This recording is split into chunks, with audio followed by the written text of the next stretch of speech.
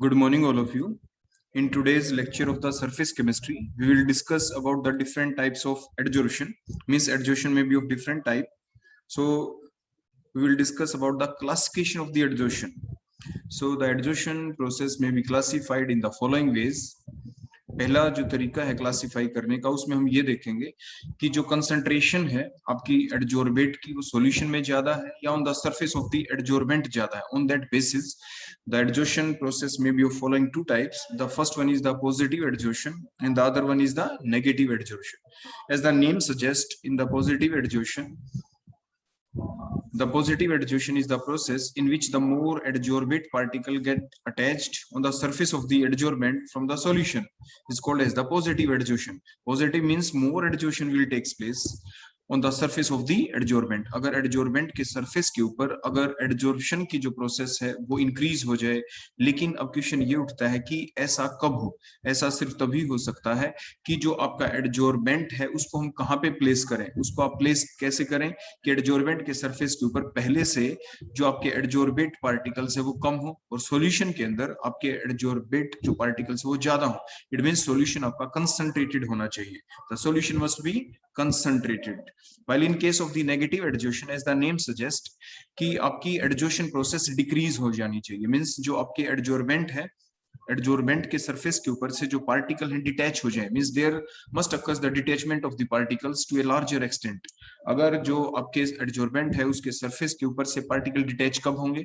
जब आप एडजोर्बेंट को कहां पे रखें? एक ऐसे सॉल्यूशन में रखें जो डाइल्यूट हो. डाइल्यूट मींस उसके सॉल्यूशन के अंदर एडजोर्बेंट के पार्टिकल्स कम हो, क्योंकि एक बेसिक फैक्ट है कि जो मूवमेंट होगी पार्टिकल्स की कहां पे होगी? From there higher concentration to there lower concentration. तो जैसे मैंने अभी बताया था कि आपको पॉजिटिव एडजोर्प्शन के अंदर हम ये चाहते हैं कि एडजोर्बेंट के सरफेस के ऊपर ज्यादा पार्टिकल अटैच हो. इट मींस एडजोर्बेंट के सरफेस के ऊपर कम पार्टिकल पहले से होने चाहिए और जो सॉल्यूशन है वो कंसंट्रेटेड हो, उसके अंदर एडजोर्बेट के पार्टिकल ज्यादा हो. तभी तो आपके जो एडजोर्बेट के जो पार्टिकल्स हैं from there higher concentration means solution से कहां पे जाके स्टिक हो जाएंगे? On the surface of the adsorbent. That is the positive adsorption. जैसे आपको यहाँ पे डायग्राम के अंदर आपको दिख रहा है, आप लेफ्ट साइड वाले डायग्राम में देखो किस टाइप से, देखो सिलिका जेल के ऊपर देखो वाटर वेपर्स, वाटर मॉलिक्यूल कैसे आके देखो स्टिक हो गए, क्योंकि वाटर जो वेपर्स हैं देखो एडजोर्बेंट के सरफेस के ऊपर पहले से नहीं है. अब देखो they continuously coming and gone sticking on the surface of the silica gel. Means there occurs the positive adsorption. और सेकंड वन में देखें आपके जो सॉल्यूशन है बाहर, उसके अंदर एडजोर्बेट के पार्टिकल है कम है, मींस वो डाइल्यूट सॉल्यूशन है, तो जिसकी वजह से देखो डिटैचमेंट ज्यादा हो रही है. आप नेगेटिव एडजोर्प्शन वाले डायग्राम में आराम से देख सकते हैं, वहां पे डिसॉर्प्शन प्रोसेस चल रही है. That is the negative adsorption. Means ये प्रोसेस कब होगी? जैसे मैंने अभी आपको सजेस्ट किया, बताया.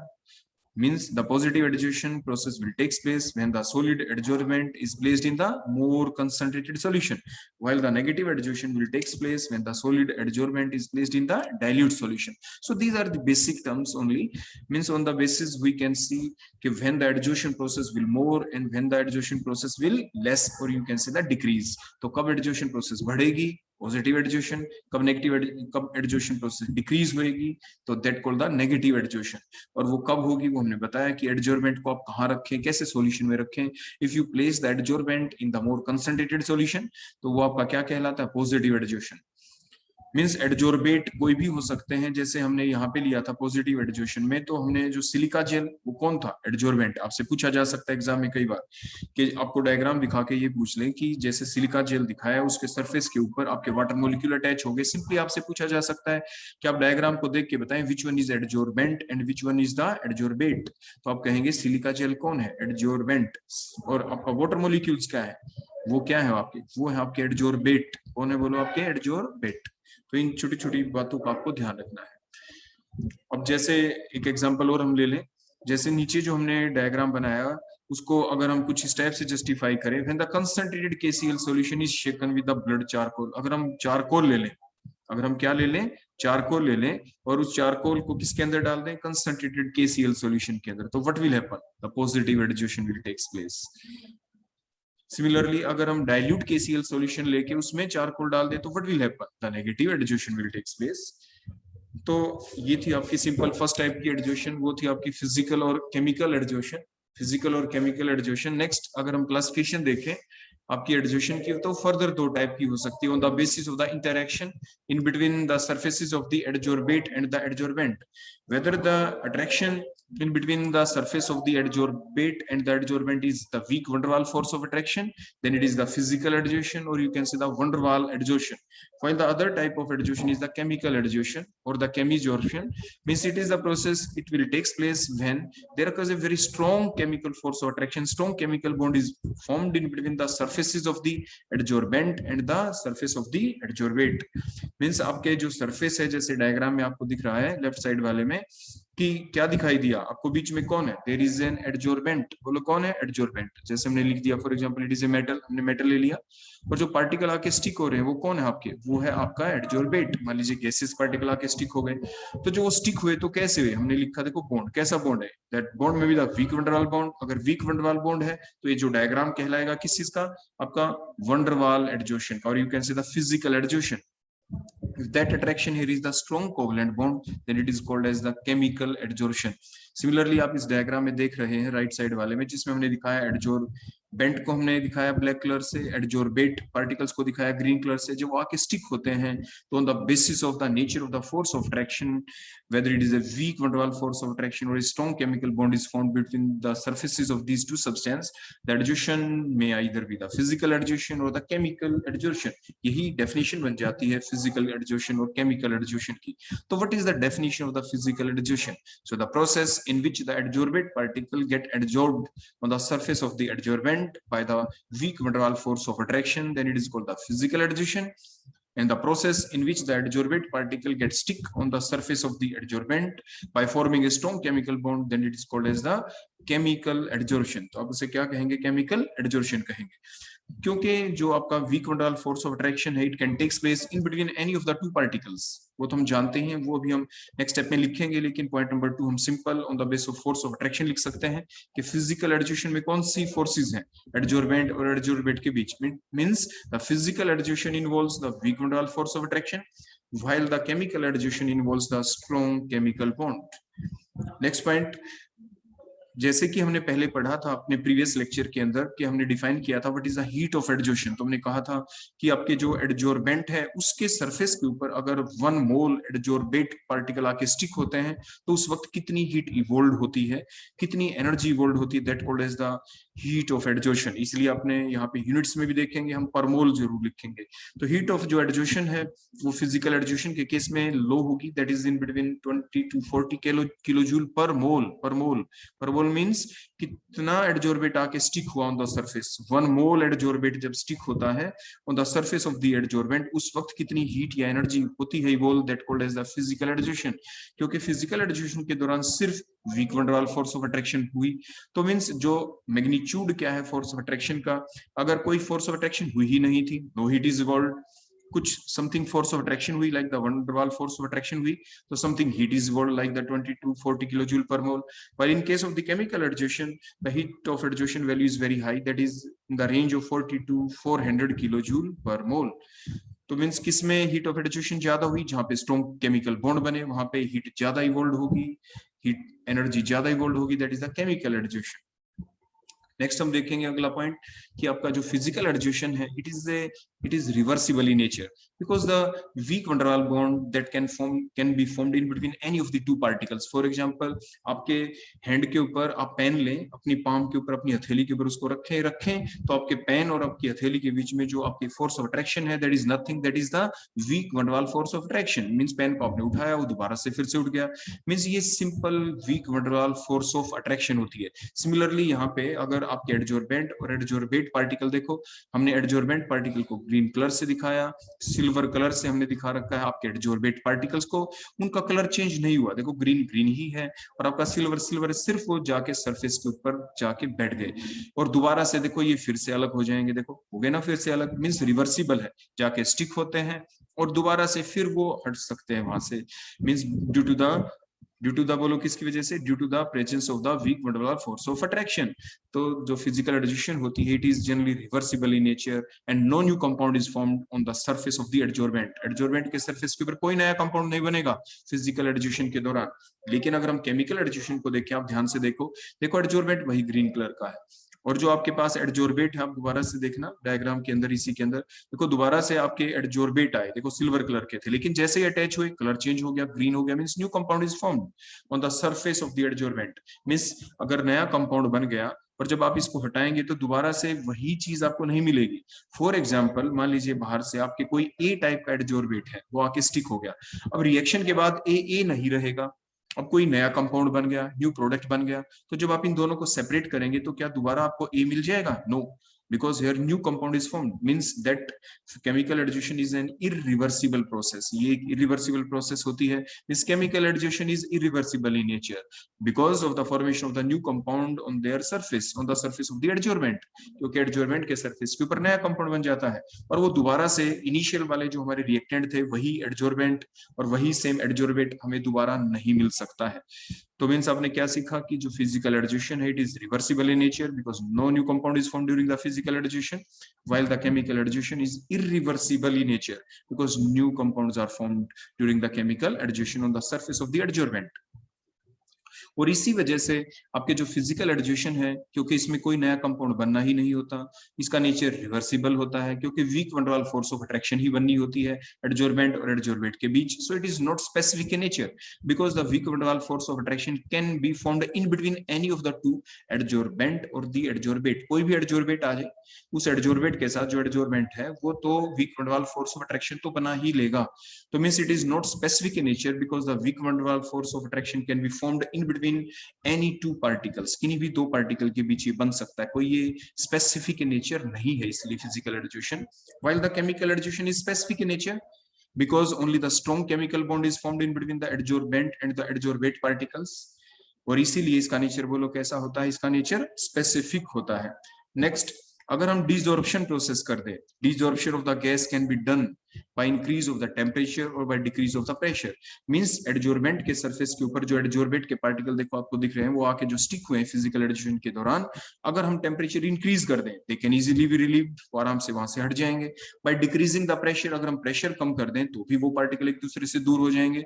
Means desorption process can easily be done in case of the physical adsorption just by increasing the temperature or by decreasing the pressure, while in case of the chemical addition the desorption process result in the formation of the new compound।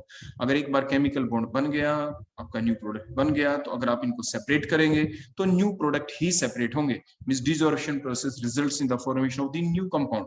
Means आप same adsorbent और same adsorbate को दोबारा से regain नहीं कर सकते हैं। इसी का मतलब मींस ये इरिवर्सिबल तो है ही, जो कि आपको पहले पॉइंट नंबर 4 में बताया जा चुका है। नेक्स्ट पॉइंट की जो फिजिकल एडजस्टेशन है, इसमें क्योंकि एडजॉर्बेंट और एडजॉर्बेट के बीच में सिर्फ और सिर्फ weak van Waals force of attraction बनती है which can be formed in between any of the two particles, means it requires no activation energy from the outside by heating, by use of burner, means requires no extra energy। बाहर से जो extra energy देनी पड़ती है उसकी जरूरत ही नहीं पड़ेगी क्योंकि physical adsorption can take place in between any of the two particles. तो मींस क्या हुआ, which adsorption requires activation energy, chemical adjustment require activation energy while physical adjustment require no activation energy।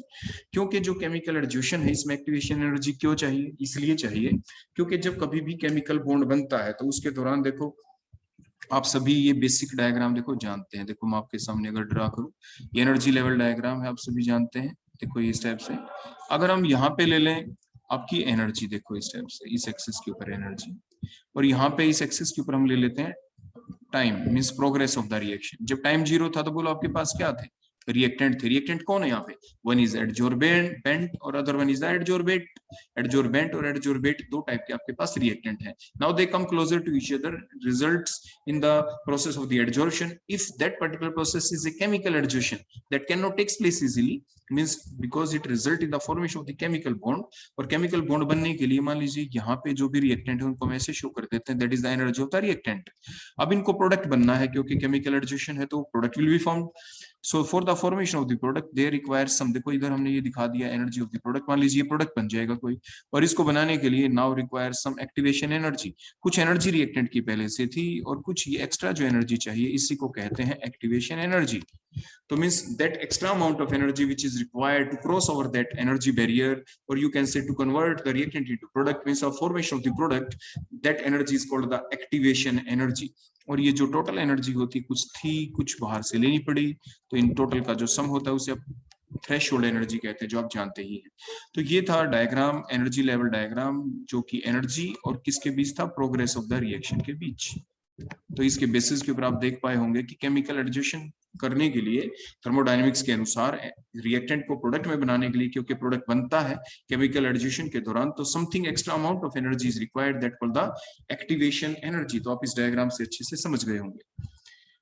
Next point आ जाता है इसके अंदर, जो physical adsorption है, it decreases with the increase of temperature. जैसे हमने पिछले लास्ट टू लास्ट पॉइंट हमने देखा था, desorption process can easily be takes place in the physical adsorption. Physical adsorption के अंदर जो डिसॉर्प्शन प्रोसेस है, कौन सी प्रोसेस आपकी, डिसॉर्प्शन।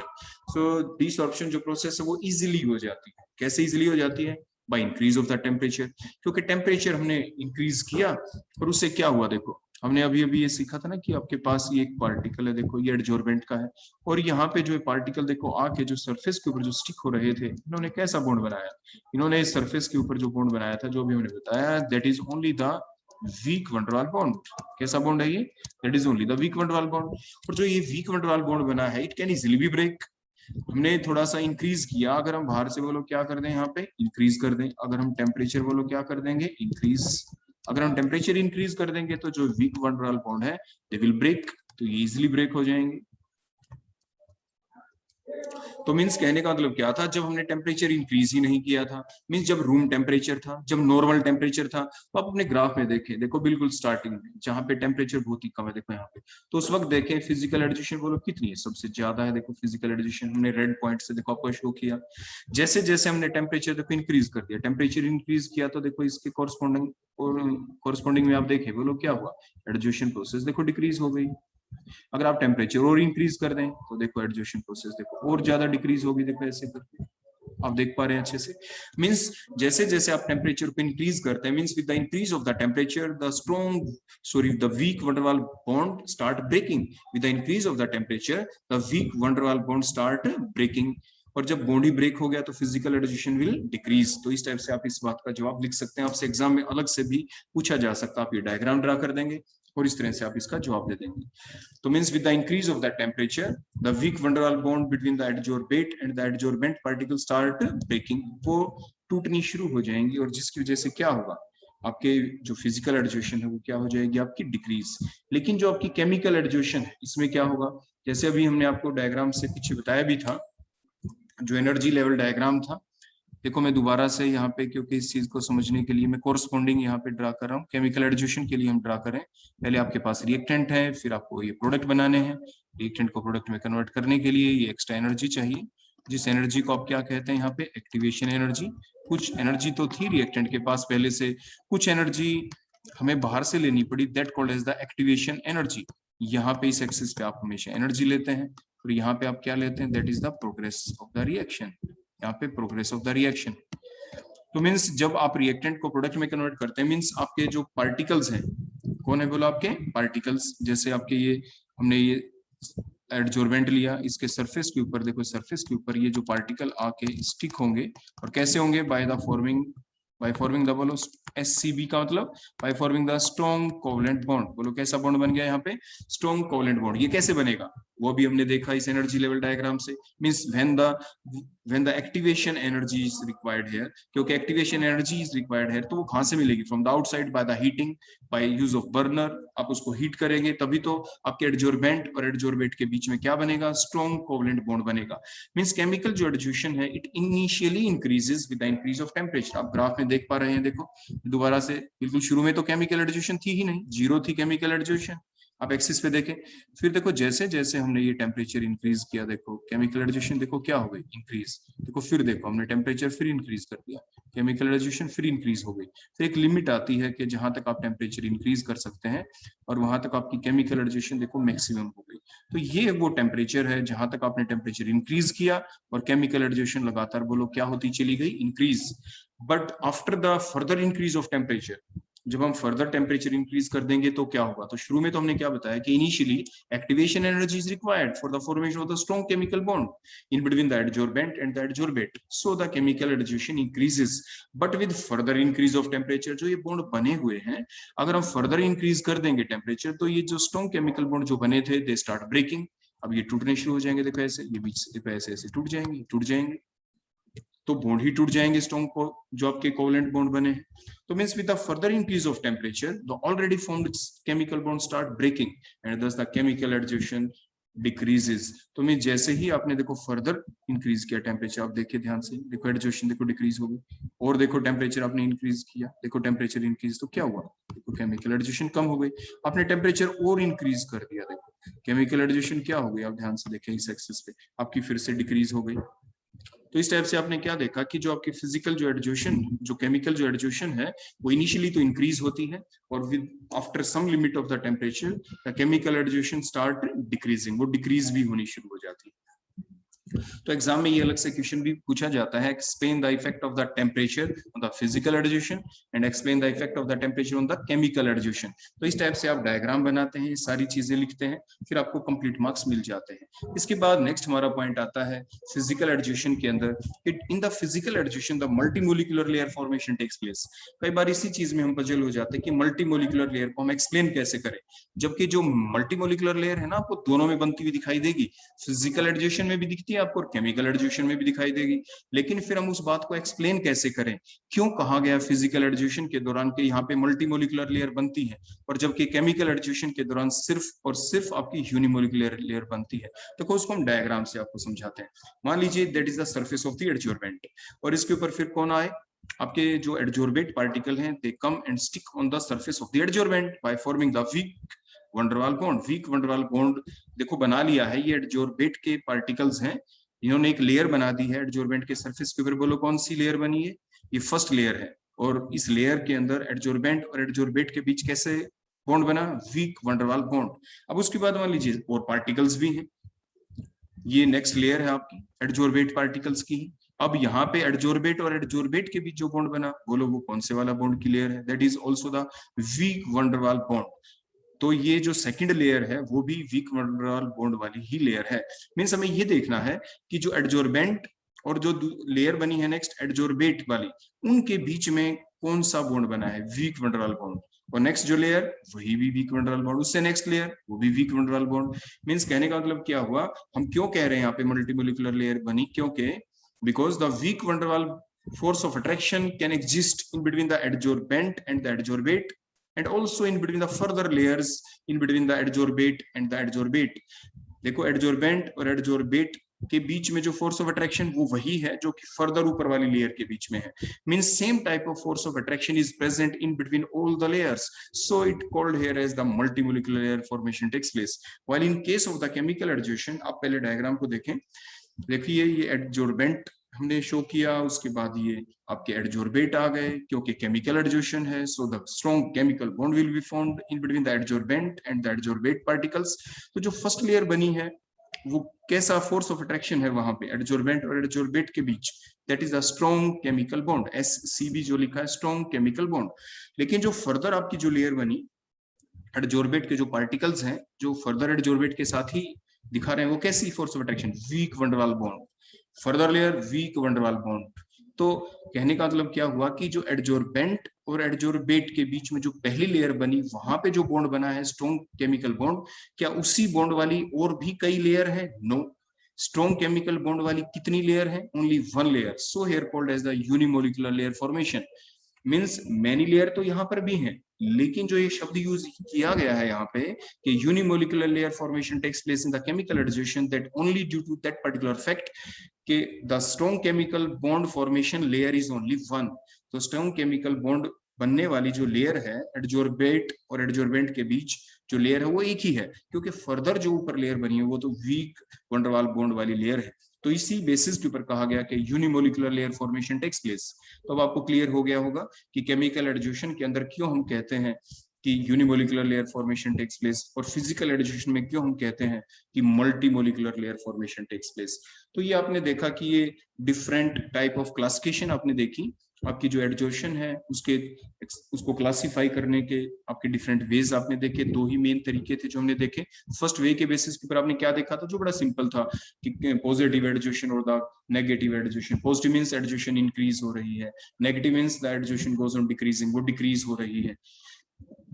उसके बाद हमने देखा एडजोर्बेंट और एडजोर्बेट के बीच उनके सरफेसेस के बीच जो इंटरेक्शन होती है उसका मैग्नीट्यूड क्या है, वो कैसी है इंटरेक्शन, वो weak van der Waals force of attraction है तो उसे हमने फिजिकल एडजोशन कहा, अगर वो स्ट्रॉन्ग केमिकल बॉन्ड बन चुका है तो हमने उसको केमिकल एडजोशन कह दिया।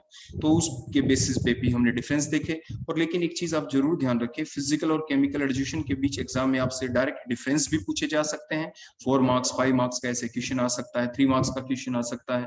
तो आप ऐसा कभी ना करें कि 3 मार्क्स का क्वेश्चन आए तो आप 3 पॉइंट लिख दें, आप पॉइंट सारे लिख के आए। एग्जाम में जितने भी पॉइंट हैं आपने देखा होगा, every point in itself is a question. जैसे आपसे पूछा जाए why the multimolecular layer formation takes place in the physical adsorption, तो आप कैसे करें उस बात को एक्सप्लेन, ये डायग्राम बना के आप ऐसे उसकी जस्टिफिकेशन देंगे। Why the unimolecular layer formation takes place in chemical addition, तो कैसे दे हम जस्टिफिकेशन, आप डायग्राम बनाएंगे और ये बातें लिख के आप उसकी जस्टिफिकेशन देंगे। इफेक्ट ऑफ टेम्परेचर आ सकता है, explain the effect of the temperature on the physical adsorption और ऑन द केमिकल एडिशन, या 1 मार्क्स के क्वेश्चन आ सकते हैं। Which type of adsorption requires the activation energy और which type of adsorption require no activation energy. आपने देखा था जैसे फिजिकल एडिशन के अंदर कोई एक्टिवेशन एनर्जी नहीं चाहिए थी, जबकि केमिकल एडिशन में स्ट्रॉन्ग केमिकल बॉन्ड बन जाते हैं, न्यू प्रोडक्ट ही बन जाते हैं आपके एडजोर्बेंट के सरफेस के ऊपर, तो इसीलिए वहां पे एक्टिवेशन एनर्जी की जरूरत पड़ती ही है। So that all about the classification of the adsorption. Thank you.